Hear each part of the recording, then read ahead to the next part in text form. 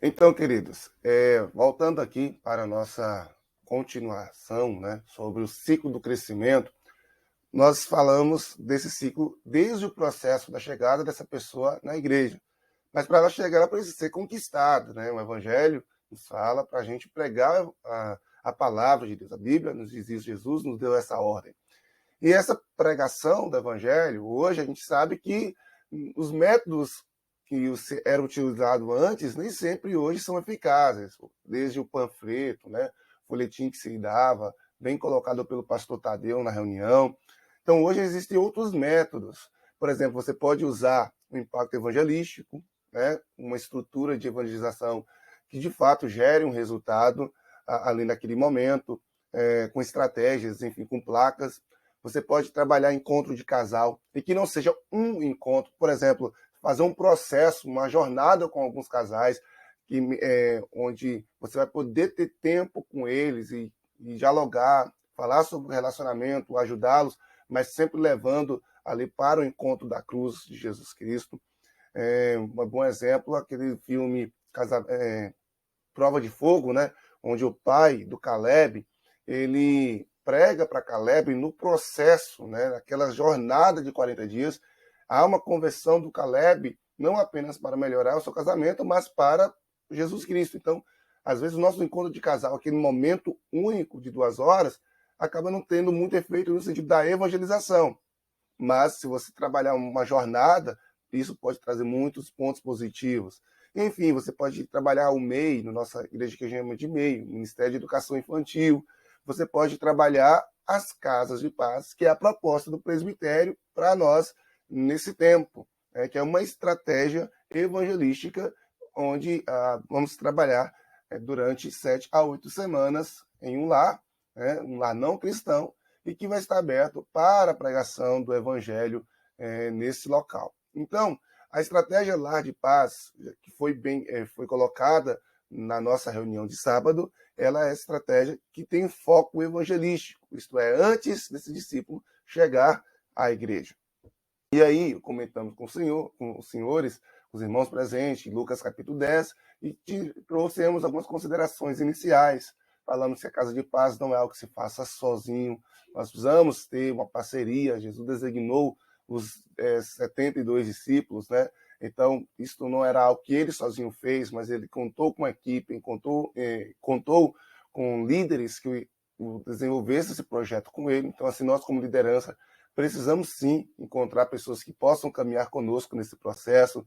Aprendemos que precisamos comissionar pessoas, isto é, designar, dar responsabilidades, motivar, mas muito mais do que motivar, inspirar, essa é a melhor palavra, pessoas para que possam dar sequência. Jesus inspirou-os, enviando, comissionou. Se nós não aprendemos a enviar as pessoas para poder fazer essa obra, elas nunca vão sair.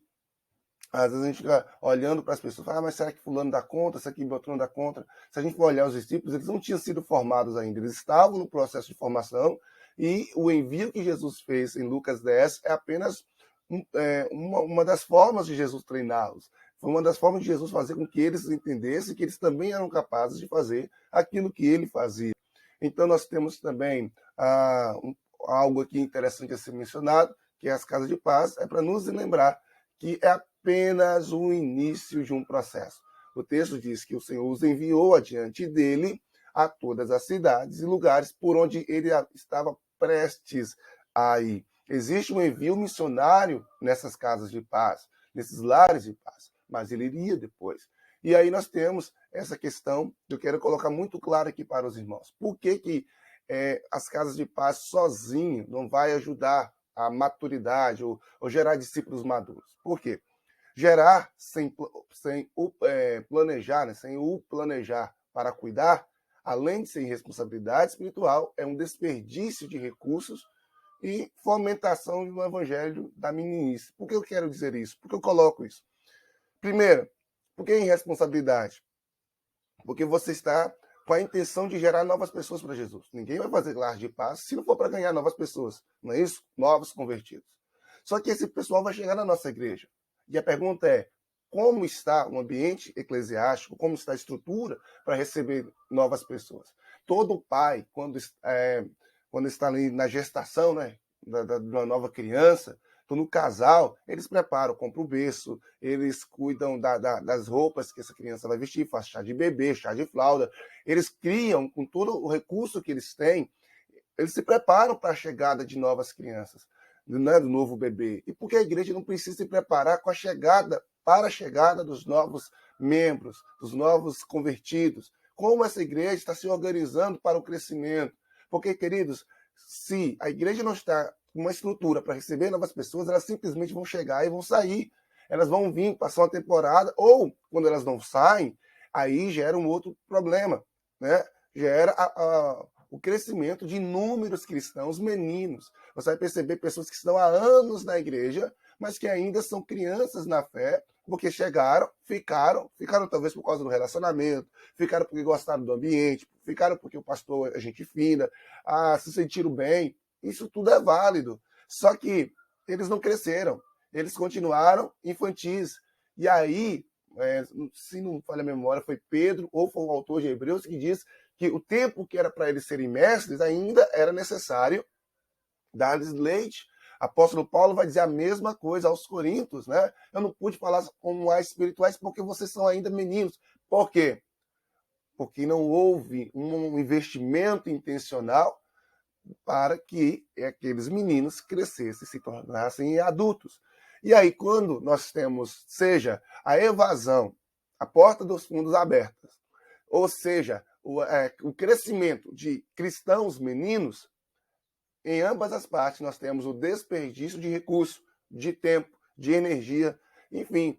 Então, para que possamos de fato ter um recurso bem melhor investido, temos que preparar o ambiente para a chegada dos novos convertidos, das novas pessoas. Não que ele vai ficar sem evangelizar nesse período de preparo, mas que precisamos, já aliado ao envio, organizar como receber o resultado do envio. Ok? E para isso, no próximo vídeo, vou estar falando sobre a nossa escadinha do ciclo de crescimento. Até mais. Tchau.